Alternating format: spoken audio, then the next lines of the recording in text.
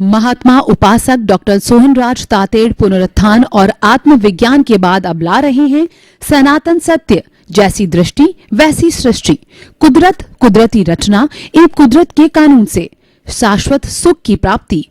Log in करें www.drsohanrajtater.com, YouTube channel doctor Sohanraj Tated, play store से download करें mobile app doctor Sohanraj Tated. ओम ह्रीं नमो अरहन्ताणं, ओम ह्रीं नमो सिद्धाणं, ओम ह्रीं नमो आयर्याणं, ओम ह्रीं नमो उवज्जायाणं, ओम ह्रीं नमो लोए सवसाहुणं। ऐसो पंच नमोकारो सब पावपणासनो, मंगलाणं च सभ्ये सिंह पडमं हवै मंगलं, पडमं हवै मंगलं। हमेशा भीतर विराजमान प्रभु से प्रार्थना करें, हे प्रभु मुझे ऐसी शक्ति दो, जागृति दो कि मेरा राग द्वेष हर क्षण घटता रहे, मेरे मन में किसी के प्रति बुरे भाव नहीं आवे, मेरे द्वारा किसी को दुख ना हो, मैं किसी के प्रति ओपिनियन या अभिप्राय नहीं दूं। हर जन्म में मेरे को मोक्ष के कर्म मिले, हर जन्म में मेरे को ज्ञानी पुरुष सद्गुरु मिले, ऐसी भावना सभी लोग हम प्रतिदिन भाते रहें। भाइयों और बहनों, मातृशक्ति को नमन। आज का बहुत सुंदर विषय अज्ञान, ज्ञान और विज्ञान, ये त्रिवेणी संगम है। हमारी भारतीय संस्कृति में त्रिवेणी संगम को बहुत ऊंचा स्थान दिया गया है। गंगा जमुना सरस्वती, सत्यम शिवम सुंदरम, ये त्रिवेणी संगम है। ब्रह्मा विष्णु महेश, ये त्रिवेणी संगम है। सम्यक दर्शन, सम्यक ज्ञान, सम्यक चारित्र, ये ट्रिपल ज्वेल्स त्रिवेणी संगम है। हे गे उपादेय, दे ध्यान ध्याता, और दृश्य दृष्टि और दृष्टा, ऐसे अनेक त्रिवेणी संगम हमारी भारतीय संस्कृति के अंदर भरे पड़े हैं और उनका बहुत बड़ा महत्व है। अगर हम त्रिवेणी संगम को अच्छी तरह से समझें, उसको जीवन में लागू करें तो निष्कर्ष जरूर आता है। उसी तरीके से अगर हमें शाश्वत सुख को प्राप्त करना है, हमें सनातन सत्य जानना है, ultimate reality of this Cosmos world को जानना है, और हमें शाश्वत सुख की प्राप्ति करनी है, तो हमें कुदरत, कुदरती रचना और कुदरत के कानून को जानना चाहिए। और वह जानने के लिए हमें अज्ञान, ज्ञान और विज्ञान, इस त्रिवेणी संगम को अच्छी तरह से समझना होगा, जानना होगा, आत्मसात करना होगा और हृदयंगम करना होगा। पहले हम अज्ञान को लेते हैं। अज्ञान का अर्थ होता है दार्शनिक दृष्टि से कि हमारे स्वरूप की जानकारी न होना, यह अज्ञान कहलाता है। विपरीत बुद्धि को अज्ञान कहते हैं। यथार्थ को अयथार्थ मानना अज्ञान कहते हैं। जैसे साधु को असाधु, असाधु को साधु, ज्ञान को अज्ञान, अज्ञान को ज्ञान, मुक्त को अमुक्त, अमुक्त को मुक्त, और दूसरा यह है कि मार्ग को कुमार्ग, कुमार्ग को मार्ग माना, यानी विपरीत अवधारणा, रॉन्ग बिलीफ। जितनी जितनी हमारी रॉन्ग बिलीफ है वह सारी अज्ञान है, और अज्ञान ही सर्व दुखों का कारण है। अज्ञान ही 84 लाख जो योनियां हैं उसमें भ्रमण करने का कारण ही अज्ञान है। इस कारण को अगर हम मिटा देते हैं तो हमारी आत्मा सर्व कर्मों से मुक्त हो जाती है, वो पूर्ण निर्जरा को प्राप्त हो जाती है, वह मुक्ति को प्राप्त हो जाती है, वो emancipation, salvation, bondage from all the karmas प्राप्त करके शाश्वत सुख को प्राप्त हो जाती है, अपने मूल स्वरूप को प्राप्त हो जाती है और सिद्ध शिला के अंदर ईश्वर भगवान के रूप में जाकर के विराजमान हो जाती है। और कभी भी 84 लाख के भ्रमण के अंदर जो कि हमारे दुख का कारण जो है वह उसमें भ्रमण नहीं करती, क्योंकि कारण नष्ट हो जाता है। Without the reason there is no cause effect और at all, this is the law of the nature. बिना कारण के कोई कार्य नहीं होता है, ये प्रकृति का कानून है, ये प्रकृति का नियम है। तो इसीलिए इस नियम को समझना हमें बहुत जरूरी है। देखिए कि मनुष्य अज्ञान के वशीभूत क्यों होता है, इसका कारण है राग द्वेष। अज्ञान को ही राग द्वेष कहा गया है। हमारी भारतीय संस्कृति में सभी धर्मों ने अज्ञान को भ्रमण का कारण माना है और अलग अलग दर्शनों ने अलग अलग नामों से पुकारा है। कोई कर्म रज कहता है, कोई कर्म फल कहता है, कोई कार्मण शरीर कहता है, कोई लिंग शरीर कहता है, कोई कॉजल बॉडी कहता है, कोई अविद्या कहता है और कोई जो है इसको मोह का संसार कहता है, कोई कषाय कहता है, कोई कर्म कहता है। अलग अलग नाम दिए पर सबका भावार्थ एक ही है।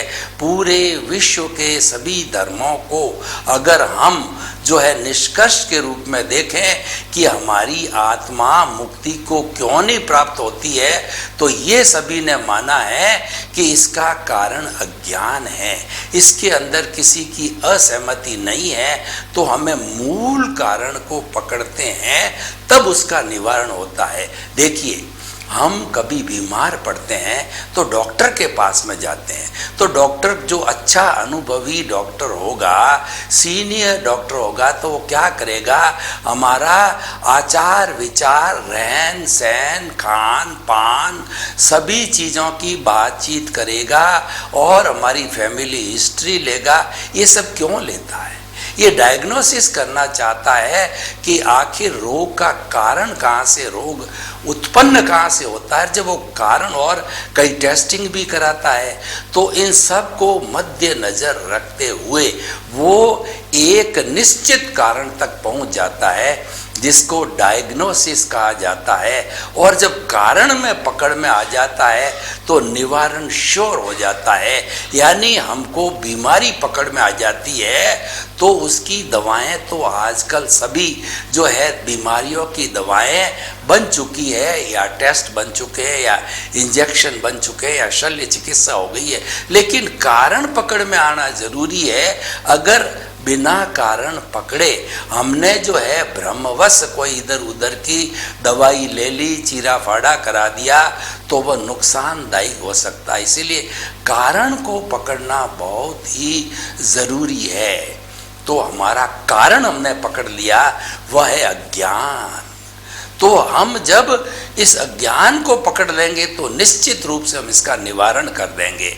अब कारण पकड़ में आ गया तो इस कारण का निवारण क्या है? देखिए कि एक रोग होता है, एक प्रतिरोधात्मक शक्ति होती है। हमारी महान है, नेचर महान है। जब हमको सभी प्राणियों को जन्म दिया तब ये कहकर के भेजा मानव को स्पेशली कि शरीर जीवनम, तुम 100 साल तक जियोगे, मेरी गारंटी है। मैंने तुम्हारे शरीर में यूनिबिल्ट सिस्टम लगा दिया है। आजकल जो टीवी, एसी और जो है अपने जितने भी चीज़ें आती है इलेक्ट्रॉनिक, उसके अंदर यूनिबिल्ट सिस्टम होता है कि वोल्टेज का फ्लक्चुएशन ऊपर नीचे आए तो यह यूनिट जले नहीं, वो एब्जॉर्ब कर लेता है। तो उसी तरीके से उस यूनिबेल्ट सिस्टम जो प्रकृति ने हमारे भीतर डाल रखा है उसका नाम प्रतिरोधात्मक शक्ति, ये इम्यून सिस्टम है। उस सिस्टम के अंदर WBC वाइट ब्लड सेल्स और RBC रेड ब्लड सेल्स होते हैं। WBC हमारे लड़ाकू जो है वो कहना चाहिए कि वो सोल्जर्स है। जब कभी भी ये लड़ाकू सोल्जर्स जो है किसी भी जैसी जर्म्स को कहिए, वायरस को कहिए, जब वो ब्लड में एंट्री लेता है तो जैसे शरद के ऊपर हमारे सैनिक क्षत्रिय को कैसे झपटते हैं, उसको झपट करके तुरंत समाप्त कर देते हैं। इसीलिए आपने देखा होगा जिसका इम्यून सिस्टम बहुत पावरफुल है उनको कोरोना नहीं हुआ। कोरोना किसको हुआ? जिसका इम्यून सिस्टम बहुत लो है या इम्यून सिस्टम जो है उसका डिस्टर्ब है, उसको हुआ है। तो भाइयों और बहनों, रोग की प्रतिरोधात्मक शक्ति, ज्ञान, जो हमारा ज्ञान है उसकी प्रतिरोधात्मक शक्ति है ज्ञान। यानी हम अज्ञान का नाश ज्ञान के द्वारा कर सकते हैं। ज्ञान किसे कहते हैं? ज्ञान दो तरह का होता है। एक तो हमारा होता है व्यवहारिक ज्ञान और एक होता है हमारा निश्चय का ज्ञान। निश्चय का ज्ञान होता है वह अपने स्वरूप की पहचान करना, मैं कौन हूँ, मैं कहाँ से आया हूँ, मुझे कहाँ जाना है। जब अपने स्वरूप की जानकारी हो जाती है तो सारा ज्ञान आ जाता है। इसीलिए ज्ञान वह है जो आप अपने स्वरूप की जानकारी करते हो। स्वरूप का ज्ञान होना या जानकारी न होना ये वास्तव के अंदर एक अज्ञान है।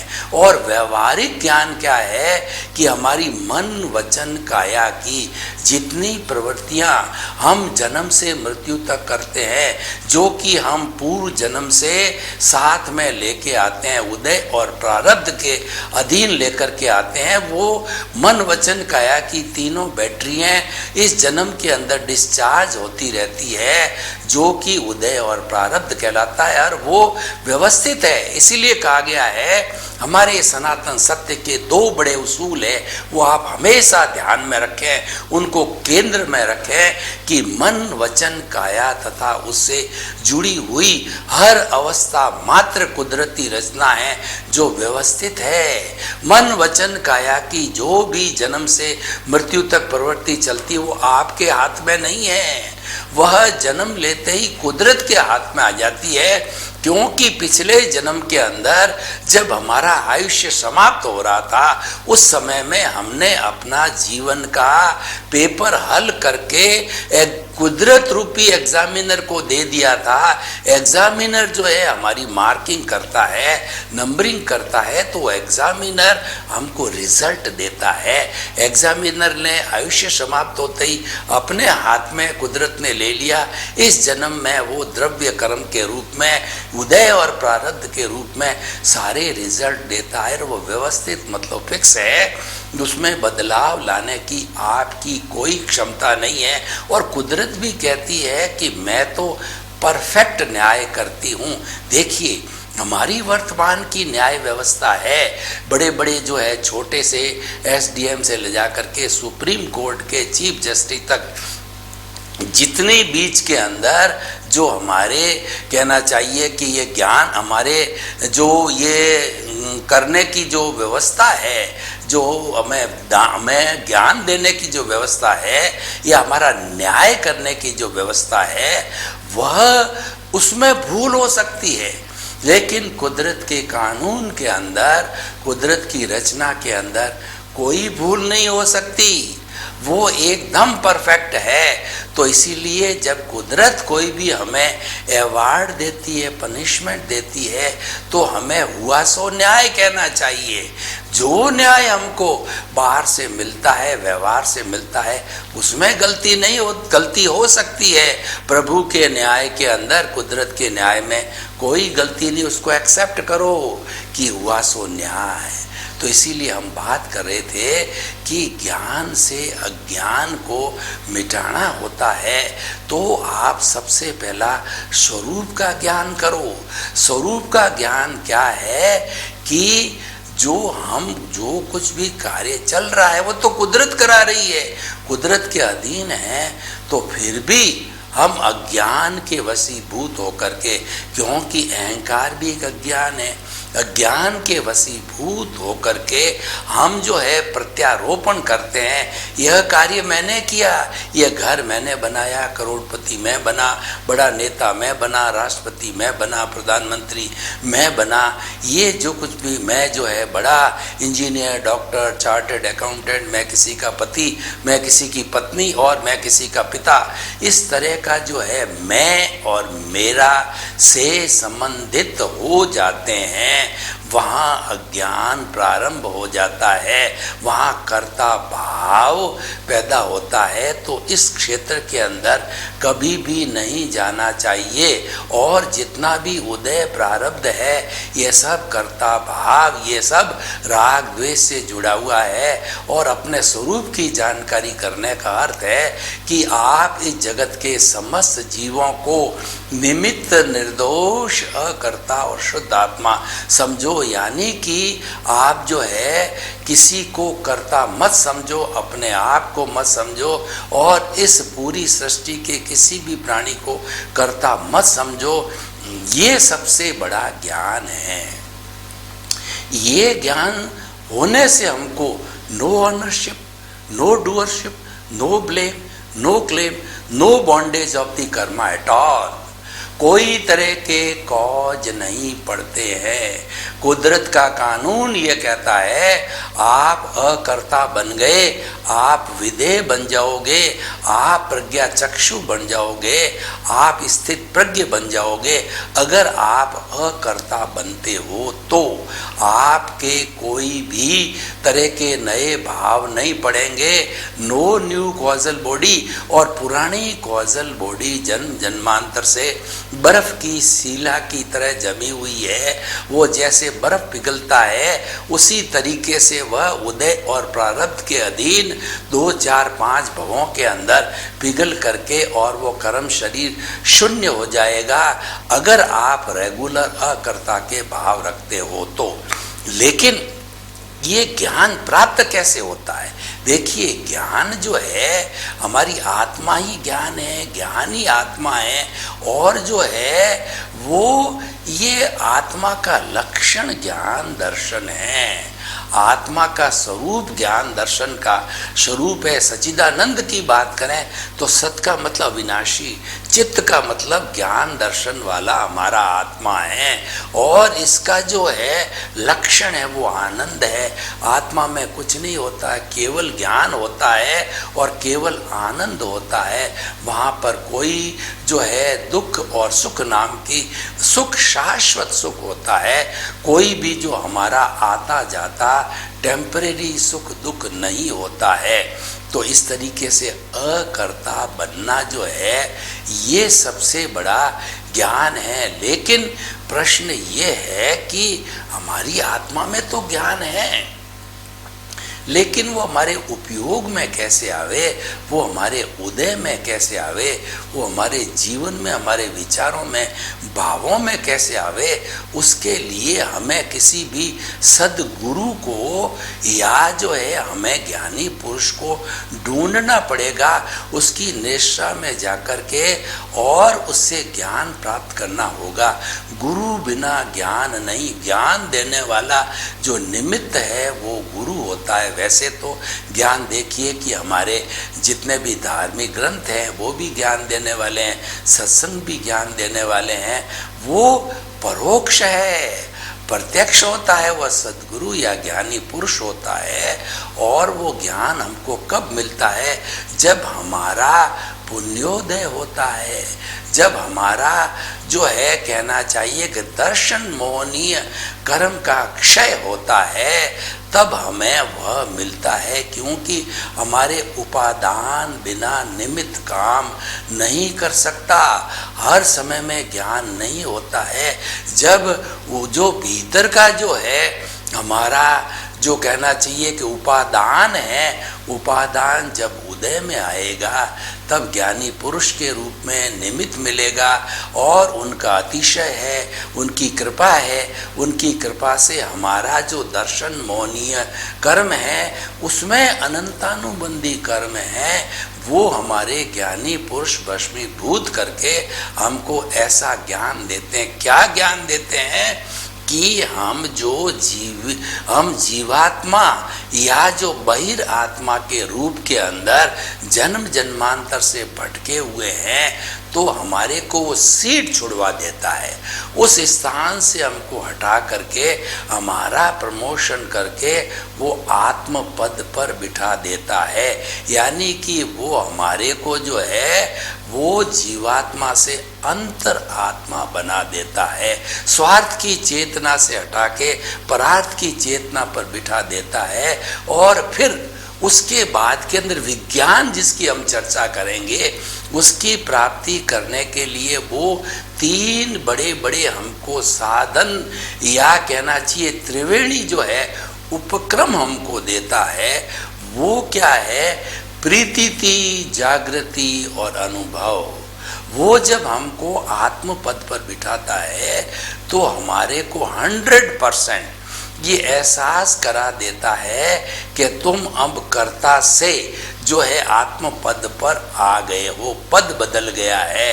तो पद बदलते ही तुम तुम्हारी सोच को जो है वो बदलो, क्योंकि जो आपका पुण्य प्रारब्ध चल रहा है वो तो फिक्स है, उसको भगवान भी बिना भुगते जो है कम या ज़्यादा नहीं कर सकते। भगवान को स्वयं को भी अपना उदय और प्रारब्ध भुगतना पड़ा था। मैं आपको उदाहरण दूं कि भगवान महावीर ने जब जो है दीक्षा ग्रहण करी 30 साल की उम्र में, तब उन्होंने अवधि ज्ञान और मनः परिज्ञान से देखा कि मेरे कर्म वो 23 तीर्थंकरों के कर्मों से भी ज़्यादा भारी है और वो अवधि ज्ञानी मनः परिज्ञानी थे।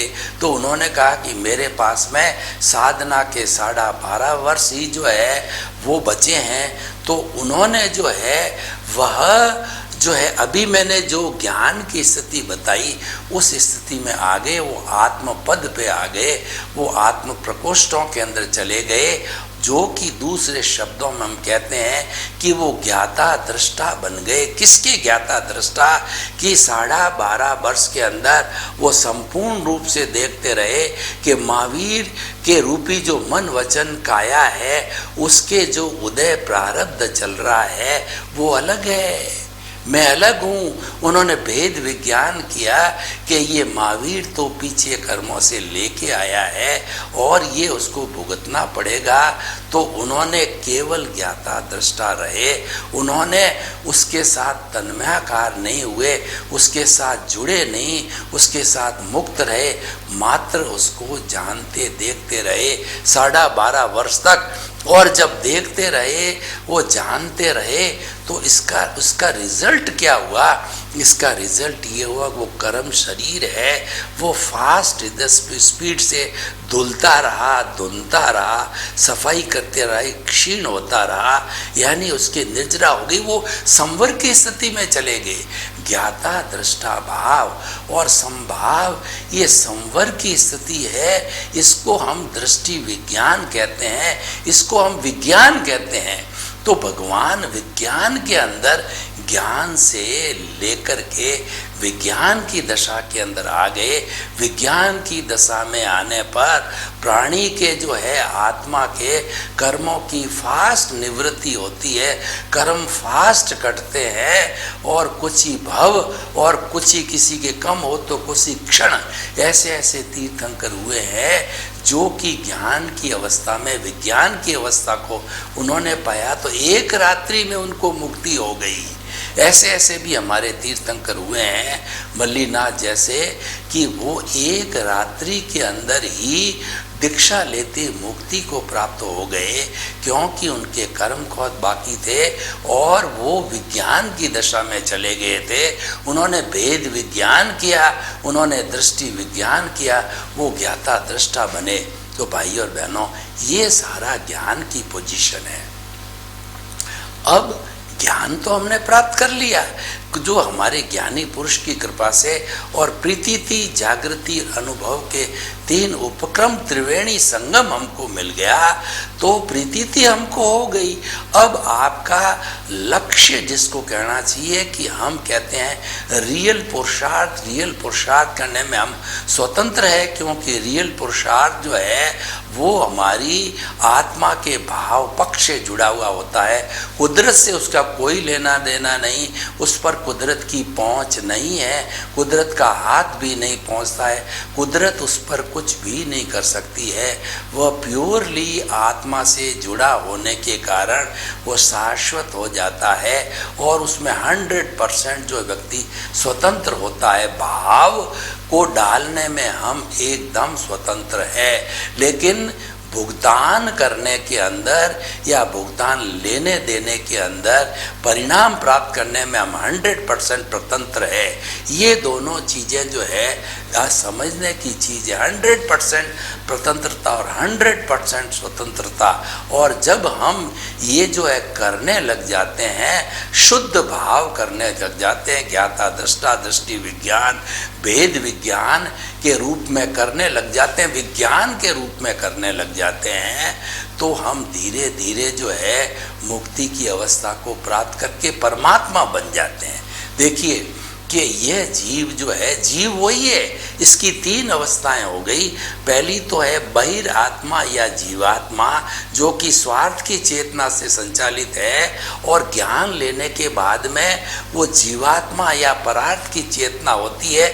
उस चेतना का ऊर्ध्वारोहण होता है। चेतना वही है, लेकिन उसका स्थान जो है ऊपर हो जाता है, 1 नंबर से 2 नंबर पर आता है, और 2 नंबर पे ज्यों ज्यों हमारा अनुभव बढ़ता है, हमारी जागृति बढ़ते बढ़ते 100% जागृति बराबर रहती है।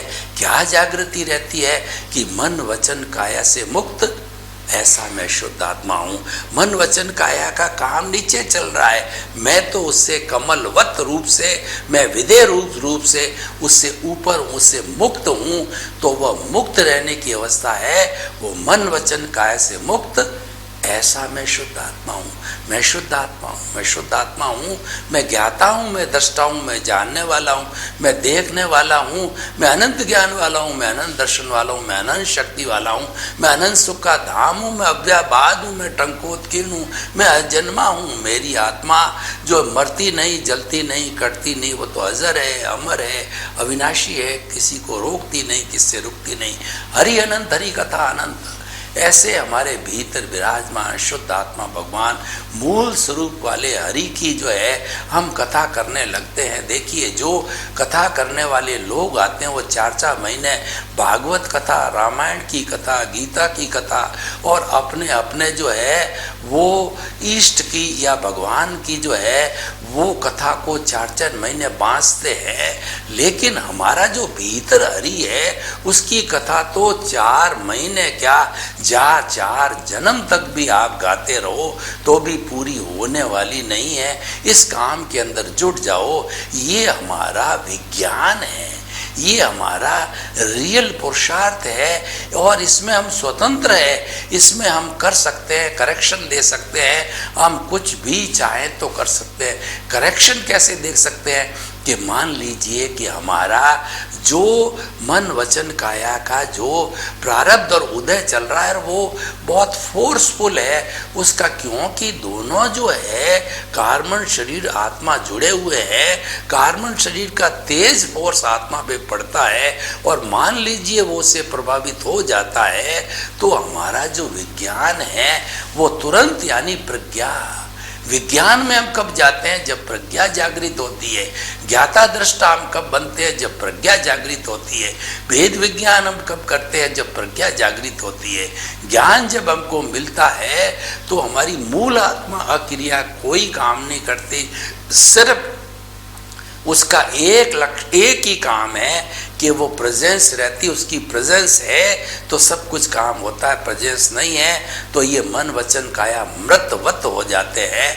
तो ऐसी अवस्था के अंदर वह विज्ञान जब काम करता है तो धीरे धीरे जागृति बढ़ती जाती, जागृति इतनी हाई दशा पर पहुंच जाती है कि अनुभव भी 360 डिग्री का हो जाता है। और 360 डिग्री का अर्थ होता है केवल ज्ञान, वो विज्ञान 100% पर आ जाता है और हम मुक्त हो जाते हैं। सर्वे भवन्तु सुखिनः, सर्वे सन्तु निरामया। लोक के सब जीवों को सुख मिले, शांति मिले, आनंद मिले, प्रेम मिले, उनको वो विज्ञान मिले। आपके प्रति मंगल भावना, शुभकामना।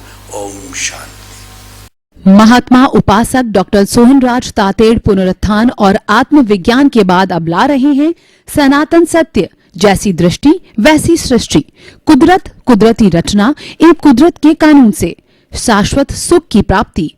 लॉग इन करें www.drsohanrajtater.com। YouTube channel doctor Sohanraj Tated, play store से डाउनलोड करें mobile app doctor Sohanraj Tated.